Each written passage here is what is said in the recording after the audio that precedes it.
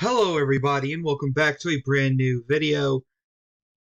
I want to say thank you to Beagle Boy, who is one in my Discord server and two commented this in a community post, I believe.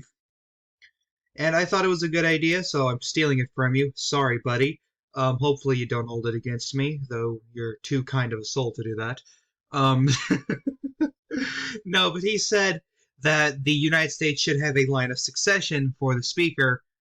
Technically would do, as someone else in my Discord server pointed out. It's just they're temporary, but fuck that. We want permanent status. I'm not gonna make the joke I was gonna make. Okay, it would get me canceled. So I based this speaker line of succession off of the presidential line of succession and a couple other things. And those couple other things is called bullshit. So first off, the first person in line would be the Speaker of the House. Obviously, it would have been Kevin McCarthy. And with the motion to vacate with McCarthy, you know who would have been next in line? You want to know who would not have had to deal with dropping out? Yeah, it would be the majority leader, Steve Scalise. So in this hypothetical, Steve Scalise would have ended up becoming Speaker of the House as soon as McCarthy was ousted. And, legislation could have continued as normal. But what if Steve Scalise got motion to vacated literally a day later? Well, who would be next in line? Because I doubt the majority leader position would have been filled by then. Well, who would it have been? Well, let's take a look at the Dean of the House of Representatives, the longest serving representative, Hal Rogers. Let's go, Speaker Rogers. Hashtag run for Speaker Rogers. I'm joking.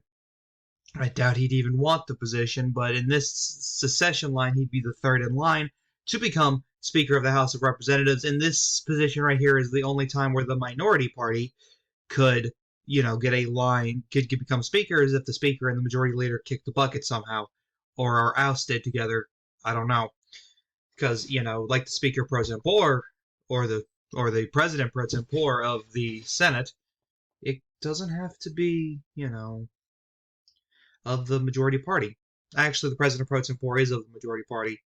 There's the President pro tempore emeritus, which is the longest serving senator of the minority party. So, or the longest serving senator of the minority party who's previously served as President pro tempore. I hope I'm pronouncing that right because we spoke about it a lot today. Longer than we needed to. Who's next in line? Who's number 4? The Foreign Affairs Chair, which, the Secretary of State would be next in line. So the Foreign Affairs Chair, Michael McCall, would have been the next in line in this hypothetical. And yeah, this puts a lot of emphasis on the Foreign Affairs Chair, especially right now with Israel and Hamas and Russia and Ukraine and China and Taiwan and China. And, everybody's just throwing hands with each other. I don't know why. It's annoying. It's fucking annoying. Stop fighting. I don't want to have to spend more money on protecting you. Stop it. Bad. Who's after the Foreign Affairs Chair? What if there is no Foreign Affairs Chair? What if some cataclysmic event happened? Like, I don't know. I'm not going to say it, but the Budget Chair would be next. Jody Arrington, Texas's 19th Congressional District. I'm pretty sure he's running for Speaker. Actually, right now. I could be wrong, but I think he's actually running. He's hinted at it. The Budget Chair running for Speaker. He's not going to win. But in this timeline, he'd be very high up on the mantle to become Speaker of the House of Representatives. Of course, there would still be, in-party elections to determine who would be the Speaker of the House of Representatives. And then, the secession line would be based off of who the party chooses to run these committees and so on and so forth. Of course, it might lead to a lot of in-party fighting, more so than we see now. But fuck it. Who cares? Who cares? Who's next? Who is the 6th in line? And that would be the Armed Services Chair, Mike Rogers. Everyone hates this guy because he makes himself look like a fucking idiot all the time, yelling at people, lunging at people. That's definitely how a U.S. representative should act of the Andrew Jackson era. But it's fine. It's fine. It's fine. It's okay. He won't be in office in 2025, I hope. Now we head on to our number 7 line of secession. It's the Judiciary Chair. Because guess what? Jim Jordan was always going to be the Speaker of the House eventually. He was in the line of secession in this timeline. Also, yeah, Jim Jordan's no longer the nominee. So congratulations to everybody who hated Jim Jordan. However, I hate to tell you this, but he's also in the line of secession in this video. So you can't run away from Jim Jordan as the Judiciary Chair. Also, congratulations to him. He got Judiciary Chair when he got into Congress this year. That's what happens when you kiss Kevin McCarthy's ass, I assume. Next, it would be the Natural Resources Chair, Bruce Westerman, who got a vote for Speaker from Arkansas's 4th Congressional District. I believe Pete Stauber voted for him. I could be wrong. Don't quote me on it because I could honestly care less. This is probably the last video I'm making about the Speaker situation because honestly, I'm tired of talking about it. But yeah, Bruce Westerman would be next in line, and then we head off towards the Agriculture Chair where Glenn Thompson, who I bet you weren't expecting that beautiful face to show up. God, he's so gorgeous. He should do more. I'm sorry. But no, Glenn Thompson would, of course, be the next in line as the Agriculture Chair. So head off to the number 10 spot. We have the Energy and Commerce Chair, and thank God it's not an old white dude. It's a young white woman. You know, young for a politician's standards.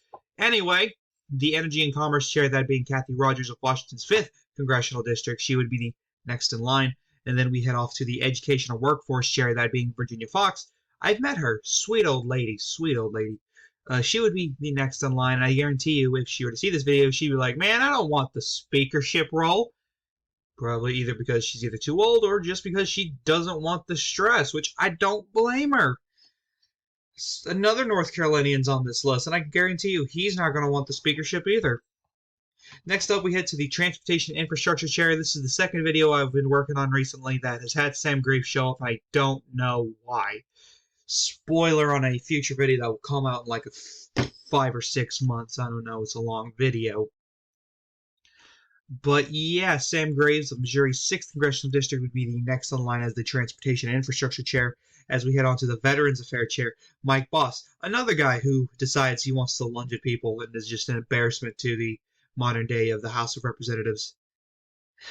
Hopefully Darren Bailey beats him. But the Veterans Affairs Chair would be Mike Boss. He'd be the next in line. Why the hell do we have 2 lungers on this fucking secession line? Next up, we have our Homeland Security Chair, a 2nd Freedom Caucus goer, that being Mark Green of Tennessee's 7th Congressional District, who many thought was going to run for Speaker, and then he decided, you know what, I'm good. There's too many people running. There's like 11 people running so far. I thought there'd only be 7. That's 4 more than I thought. Anyway, next up, we have the Appropriations Chair. This is where we get off the little basing it off of the presidential line of succession, just throwing whatever is left onto the line of succession. That being the Appropriations Chair, Kay Granger, the Congresswoman from Texas's 12th Congressional District, because Ken Paxton has already endorsed a primary challenge to her. Go John O'Shea.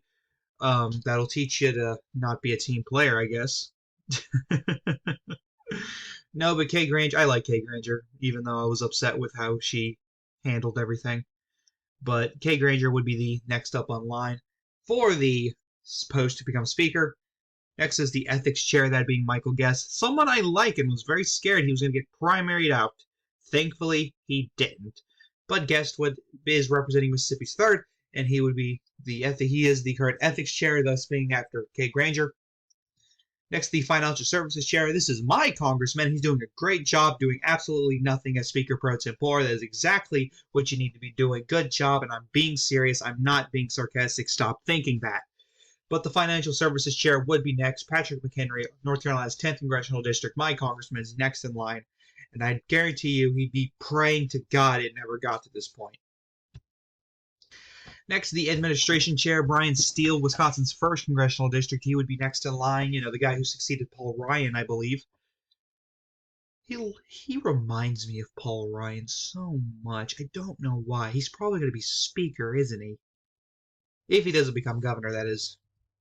Next up, the Intelligence Chair. You know, one of my favorite congressmen, Mike Turner of Ohio's 10th Congressional District. The only thing bad about him is that he's a war hawk, but let's not talk about that.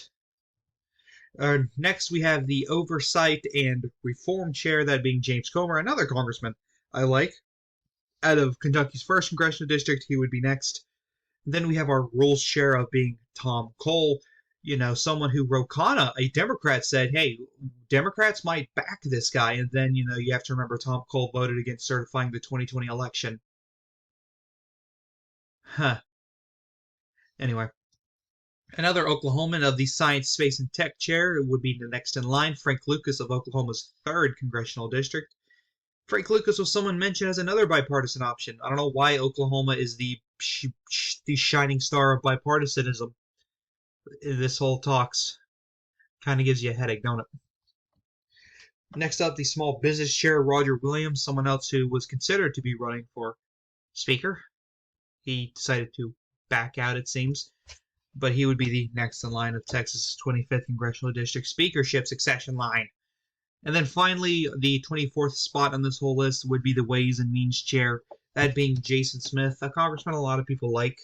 It looks like he's from Missouri's 5th Congressional District. He would be the last on the chain line to become Speaker. No, but I think another big thing would be like, if, Steve Scalise becomes Speaker, then, well, Hal Rogers can't become Majority Leader. He would have to stay as Dean, but then, Michael McCall ends up becoming the Majority Leader, and then Jody Arrington, Foreign Affairs Chair. Mike Rogers becomes the Budget Chair. Jim Jordan becomes Armed Services Chair, so on and so forth. I think that would be a great line. If you don't enjoy it, then you shouldn't have voted to oust McCarthy. Even though I don't think any of these people work. But anyway, thank you guys so much for watching. I hope you enjoyed this video. Don't forget to like, comment, and subscribe. This is the Catacon saying peace.